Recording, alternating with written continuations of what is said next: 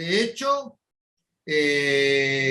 representan toda esa vida marítima que para los israelitas era aterrorizante.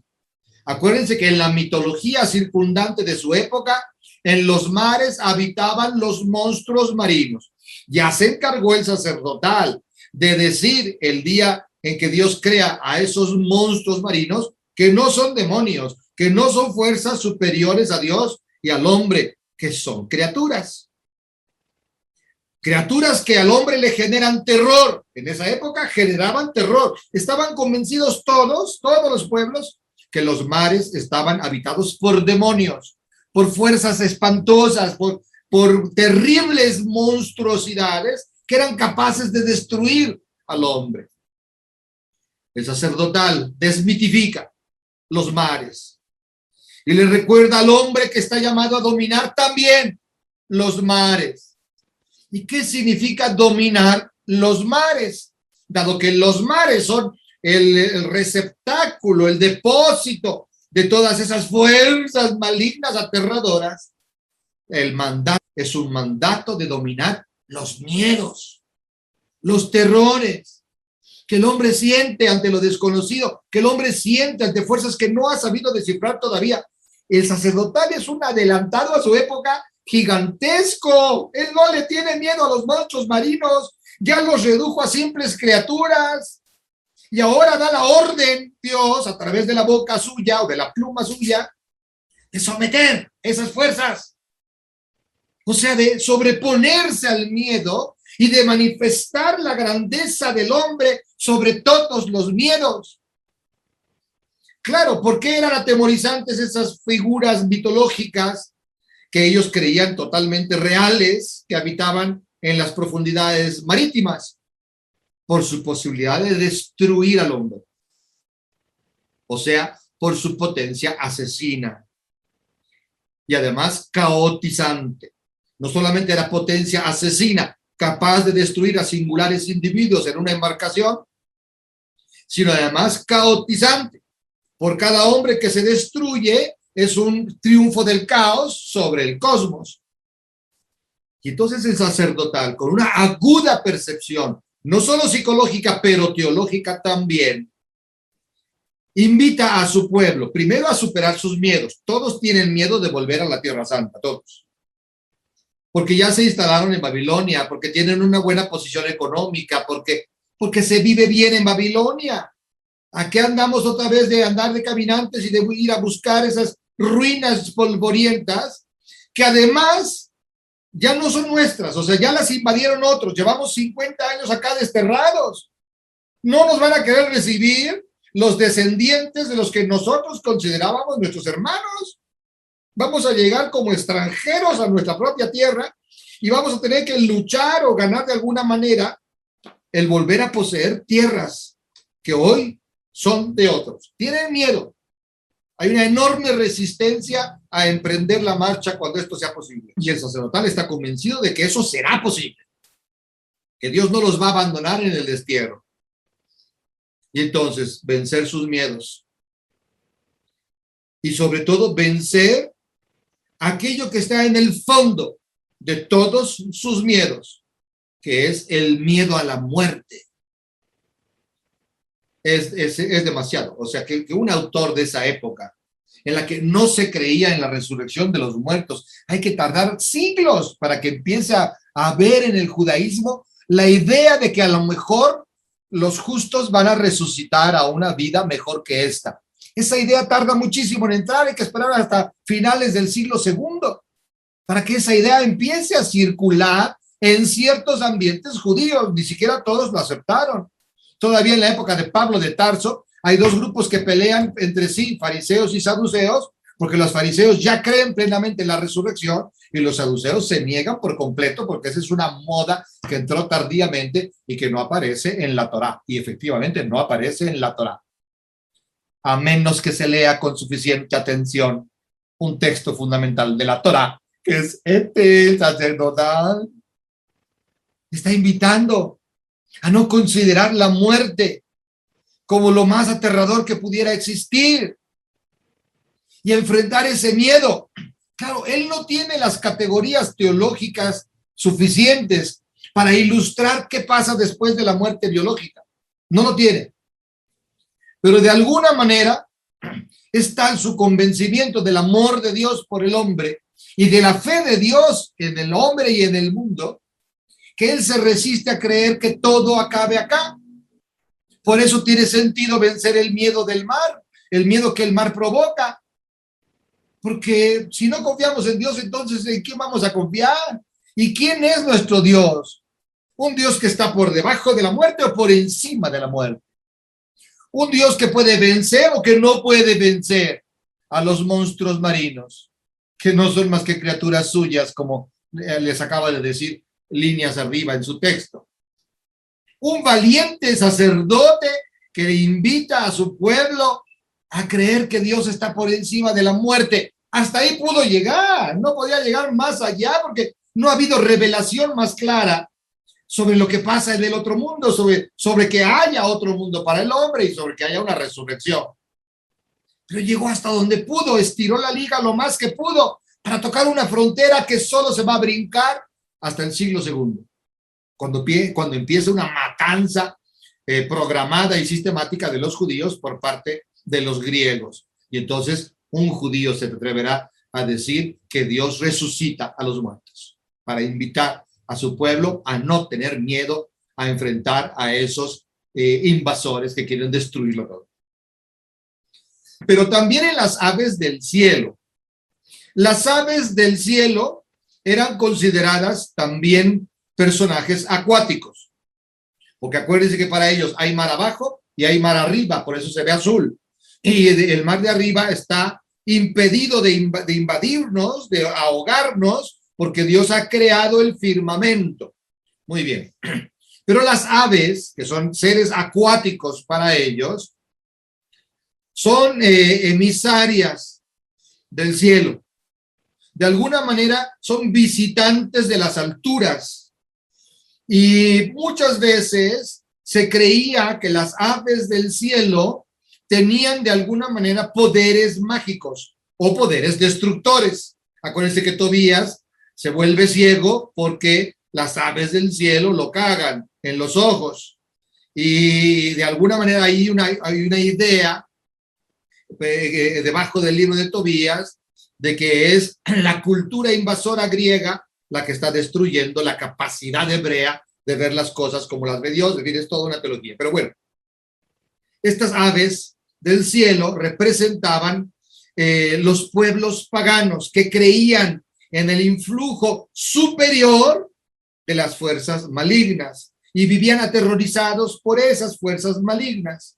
Entonces las aves del cielo se convirtieron en un símbolo, gracias a este autor, al sacerdotal, de esos pueblos que a veces pueden ser emisarios auténticos del mal, como cuando esos pueblos quieren destruir la Torá, quieren destruir el judaísmo, quieren acabar con la creencia en ese Dios, que para los judíos es el único Dios. Entonces es una abominación que alguien quiera atentar contra la única fe que puede salvar, que es la fe que conecta con el único Dios verdadero.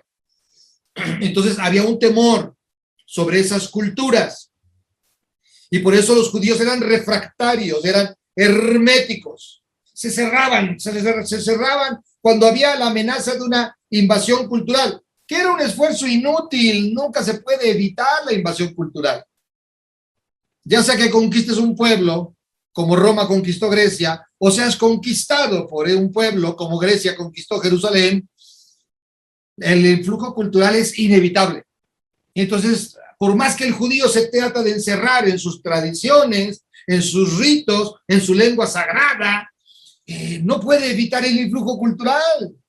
Entonces, el autor sacerdotal, que tiene ese problema en ese momento entre sus hermanos, que están siendo invadidos por la cultura babilonia, porque ahí viven, ¿cómo le haces para no ser influenciado por la cultura babilonia? Si vives allí, si naciste allí, si has crecido allí. Y entonces, fíjense con qué valentía el autor sacerdotal enfrenta el riesgo del influjo cultural. No anatematiza, no condena, a los que se dejen tocar por elementos de la cultura babilonia. Los invita a tener un dominio, es decir, a ser críticos de lo que reciben de esa cultura. Eso es lo que significa dominar a las aves del cielo. ¿Sí pueden ser un peligro? Sí, sí pueden. Pero no todo es malo en la cultura de esos pueblos. Y ya estamos acá. Y es inevitable que recibamos el influjo de ellos. Es un sacerdote totalmente liberal. Por eso fue tan rechazado su texto. Su texto fue muy rechazado por los judíos y no por los que estaban en Babilonia, que gracias a este texto y a las predicaciones del Deutero Isaías y de Ezequiel se animaron a salir de Babilonia. Pero en el resto de los pensadores bíblicos, el autor sacerdotal cayó muy mal por su liberalismo, porque está invitando a su pueblo a tomar lo que se puede tomar de la cultura imperante alrededor, de la cultura impuesta incluso por los dominadores políticos. Es decir, no importa cuánto te quieran influir en tu manera de pensar, tú eres dueño de tu manera de pensar. Toma lo que sea conforme a lo que tú crees que es correcto y rechaza. Nadie te puede obligar a pensar de una cierta manera. Te pueden obligar, y por eso mataron a muchos judíos, no en la época de Babilonia, sino después en la época de los macabeos, te pueden obligar a ofrecer sacrificios a los dioses paganos. Y si no lo haces, te matan, como mataron a los macabeos. A eso te pueden obligar, pero no te pueden obligar a creer en algo, en lo que no quieres creer. No te pueden obligar a vivir ciertos valores que no quieres vivir. Nadie tiene dominio sobre tu mente y sobre tu corazón más que tú. Y entonces, recibe lo que traen las aves, recibe. Y discierne. No tengan miedo de experimentar cosas nuevas, de conocer otras culturas. Nadie te puede lavar el cerebro, eso es falso, eso es mentira. Recientemente un obispo me dijo, si nadie te entiende en tus homilías, estoy hablando ahí de palabras hebreas y de categorías filosóficas, ¿qué te van a entender?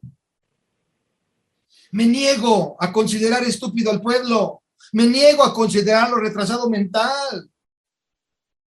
Prefiero que una homilía les cueste un poco de trabajo a tratarlos como si fueran tontitos, a volverles a leer el evangelio para que les quede bien grabadito, o a contarles historietas bíblicas, ¿no? Seguirles diciendo que Adán y Eva sí existieron y cosas así. Me niego a eso, porque es no creer en la capacidad del hombre para dominar las aves del cielo.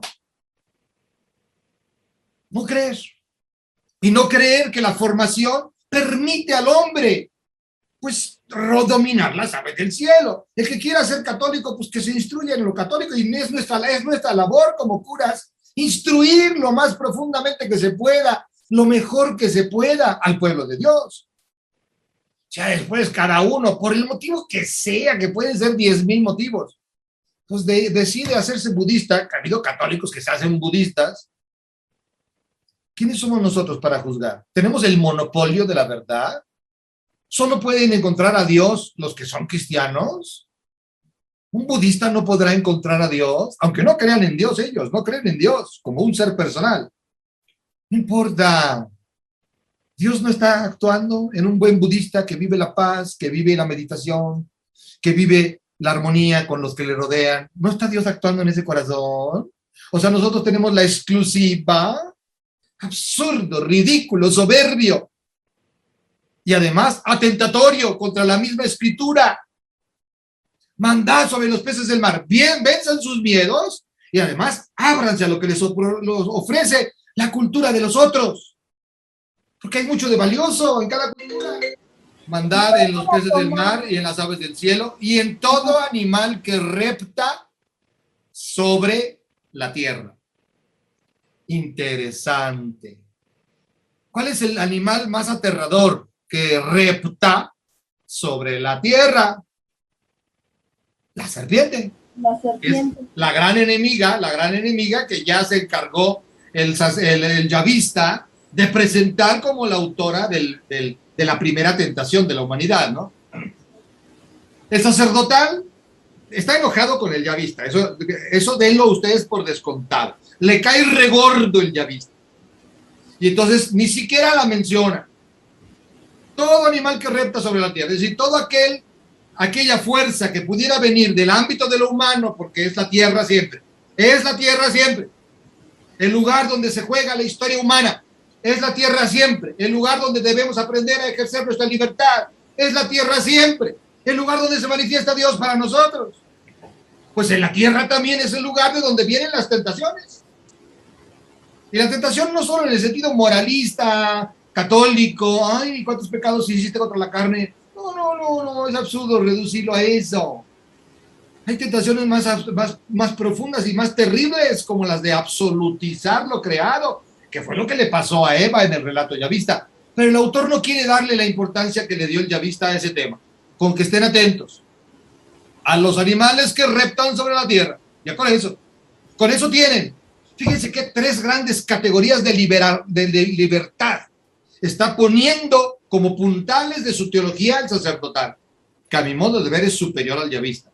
El yavista me encanta, me fascina, disfruto mucho leer los textos yavistas. El sacerdotal, claro, son 400 años después. Hay una evolución del pensamiento teológico. Le da 3 y 4 vueltas en teología, por supuesto. Fíjense los 3 puntales de libertad con que Dios dota al hombre, con que Dios capacita al hombre para henchir la tierra y someterla. Primero, superar sus miedos, los peces del mar, incluso el miedo más terrible, que es el de la muerte. ¿Y en qué se basa para decir esto el sacerdotal? En el amor de Dios. ¿Quién sabe qué haya después de la muerte? ¿Quién sabe? Él no logra responder esa pregunta. No es propio de su tiempo poder responder esa pregunta, pero se atreve a algo que nadie se había atrevido. Dios es más grande que la muerte. Y si Dios es más grande que la muerte y Dios nos ama, algo va a pasar, quién sabe qué sea. Pero no tenemos que tenerle miedo a algo que está por debajo de Dios y no por encima de Dios, que es la muerte. 1. 2. Dominio sobre la propia capacidad para discernir lo que nos viene de la cultura imperante, aunque esa cultura sea anticatólica, diríamos nosotros, o antijudía. Aprender a discernir y a asumir como bueno lo que es bueno, aunque sea de otros. Pues ¿por qué vamos a tener solo nosotros lo que es bueno y los demás solo tienen lo malo? No. Las aves del cielo ahí van a estar y van a estar siempre. Incluso Jesús va a invitar a sus discípulos a vivir una fe tan profunda que un día las aves del cielo puedan hacer su nido en ese árbol. ¡Ay, qué curioso! Jesús tampoco le tiene miedo a la cultura circundante, que es la cultura romana. No le tengan miedo. Ustedes vivan la fe y verán cómo los mismos romanos van a venir a poner su nido en este árbol grandioso que va a crecer de su fe. ¿Se acuerdan? En la parábola de la semilla de mostaza, que es la más pequeña de las semillas, pero una vez que se siembra, llega y crece y llega a ser tan amplia y tan robusta que las aves del cielo, que Jesús toma del sacerdotal, las aves del cielo vienen y hacen su nido allí. No solo no tenemos que tener miedo a las culturas circundantes, tenemos que ser hogar para ellas por nuestra fe. Que vean en nuestra fe un lugar adecuado para poner su nido. Los que vienen de otras culturas, de otras mentalidades, de otras religiones. Incluso no tienen que cambiar de religión para ser acogidas en el nido de nuestra fe. Santa Teresa de Calcuta fue perseguida por el Vaticano porque no bautizaba, no lograba conversiones al cristianismo y tanto dinero que le mandaban y no había producto, no había resultados. Un día le preguntaron, ¿cuántos ha bautizado usted en 10 años en Calcuta? Ay, como 3 o 4. En 10 años, está peor que la Santísima Trinidad de Tacubaya. Y entonces la llamaron al Vaticano para hacer un juicio sobre la congregación y a lo mejor cancelar ya esa congregación que no estaba dando frutos, que para los del Vaticano era, ¿cuántos bautismos has hecho? ¿Cuánta gente se ha convertido si de eso se trata? Y ella dijo, no, yo no quiero convertir a nadie, yo quiero amarlos porque veo en ellos a Jesucristo. Quiero amar a los que nadie ama, a los que mueren en la calle sin que nadie se preocupe de ellos, que eran millares y millares en la India, y siguen siendo. No me interesa convertirlos. Quiero que ellos encuentren en mi corazón el corazón de Jesús, para que puedan descansar en paz en ese corazón. Querían cerrar la congregación, estaba preparado todo porque no daba frutos esa congregación. En pleno juicio entra el Papa Juan Pablo II. Todo el mundo ahí, ¡ay, el Papa! El Papa Juan Pablo II se acerca a la Madre Teresa, la toma de sus manitas todas arrugaditas y se arrodilla ante ella y le pide la bendición. Por supuesto, se cerró todo juicio y hasta le dieron otro donativo a la madre para que siguiera no dando fruto en la India. Qué mentalidades tan absurdas, ¿no? Dominio, capacidad para convivir con otras culturas y otras creencias y tomar de ellas lo bueno y acogerlas sin querer cambiarlas. Con que les transmitas tú el amor de Dios, ya con eso, lo demás lo hace el Espíritu Santo si le da la gana, y si no, es que no lo haga. ¿De quién es la chamba? ¿Suya o nuestra? De él. La nuestra es amar, la nuestra es vivir los principios que nos dejó Jesucristo, pero lo demás que lo haga el Espíritu Santo. Yo tengo una comunidad a la que quiero que aprenda a orar, pero pues no es mi chamba que ellos aprendan a orar. Yo tengo que darles herramientas, instrumentos para que aprendan ciertos métodos, pero el que no quiere, pues no hay manera. Eso es cosa del Espíritu Santo, no me toca a mí. Y tercero, estar atento. No tener pánico, como le pasó a Eva, que incluso miente para protegerse del mandato de Dios, pero también de la encida de la serpiente, y hasta añade eso de que no, solo de ese árbol nos prohibió comer y tocar. O sea, ya es un pánico terrible. No, solo estate atento, no tengas tanto miedo del pecado, solo estate atento para que no te pesque, pero no vivas agobiado. ¿Cuántos católicos conozco que viven agobiados por una escrupulosidad de conciencia? Todo es pecado y hay que confesarse cada fin de semana. Es absurdo. El mandato de la iglesia es confesarse una vez al año. Lo aconsejable, bueno, pues ya estás en un proceso de crecimiento espiritual, aunque no tengas pecados graves, yo aconsejo cada 2 meses, cada 3, 2 o 3 meses, está muy bien para hacer un balance de cómo va tu espiritualidad y órale, a seguir caminando. Si hay un pecado grave, obviamente antes, ¿no? Pero si no, la iglesia pide, el mínimo que la iglesia pide, una vez al año. Fíjense qué diferente manera de tratar a la serpiente a la que le dio el yavista, que la convirtió prácticamente en protagonista del capítulo 3. No, ahí están. Y van a ser siempre una tentación, ahí están. Tú atento, nomás, atento. Impresionante este autor. Y los bendijo Dios con estas palabras: sed fecundos y multiplicados. Esto ya lo leí. Dijo Dios: ved que os he dado toda hierba de semilla que existe sobre la faz de toda la tierra, así como todo árbol que lleva fruto de semilla, os servirá de alimento. Y a todo animal terrestre, y a toda ave del cielo, y a todos los reptiles de la tierra, a todos ser animados de vida, les doy la hierba verde como alimento. Y así fue. Vio Dios cuanto había hecho, y todo estaba muy bien, y atardeció y amaneció día sexto.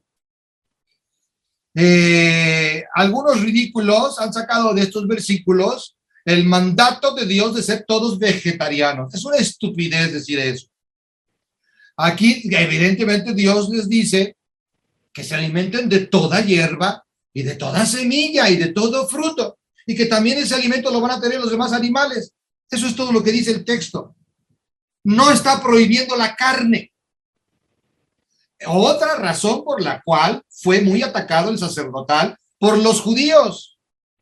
El peor enemigo que ha tenido el sacerdotal en la historia de la humanidad son los propios judíos. Les cae regordo este capítulo, porque ellos se llenaron de normas contra los alimentos puros y los alimentos impuros. Este animal sí, pero este animal no. Esta parte del animal sí, pero esta parte del animal no. Y él no estaba de acuerdo con eso, no estaba de acuerdo.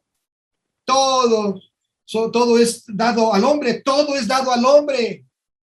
En el capítulo 9, que también interviene el sacerdotal, incluso los animales. ¿Por qué aquí no se mencionan los animales?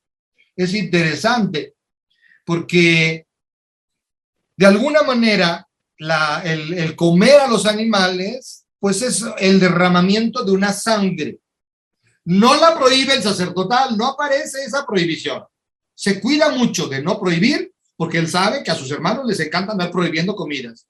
No prohíbe, pero sí deja entender un simbolismo, no quiere decir una dieta, no está prescribiendo qué dietas pueden comer los judíos, es un simbolismo, que no haya violencia en el mundo, y si tú la puedes evitar, evítala. No se está refiriendo a que no se pueda comer animales, evidentemente para comer un animal, pues hay que ejercer violencia sobre él.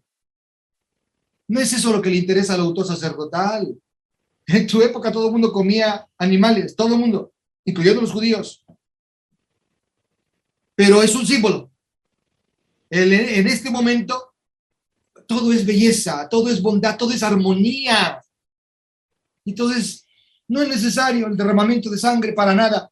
Y él no está pensando en el derramamiento de sangre de los animales, está pensando en el derramamiento de sangre de los hombres.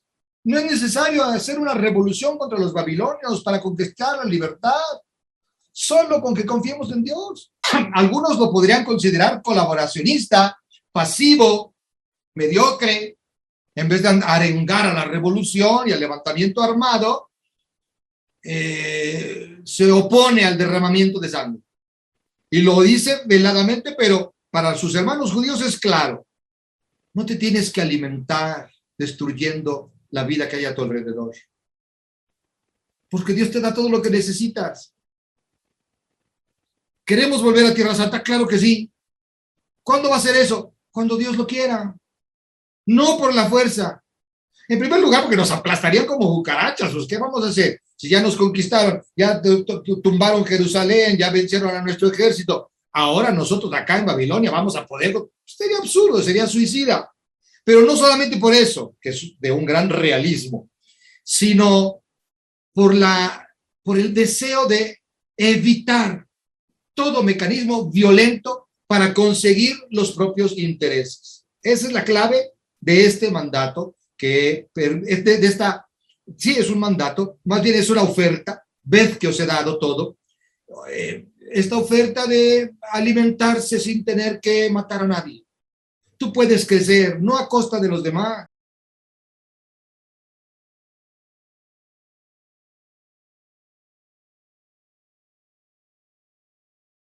Siempre han sido eso en la cultura judía, aparecen permanentemente los peces como los que habitan en los ámbitos de las fuerzas del mal. Y eso va a llegar hasta el cristianismo cuando Jesús les dice a sus discípulos que los va a hacer pescadores de hombres, es decir, sacarlos de donde están dominados por las fuerzas del mal.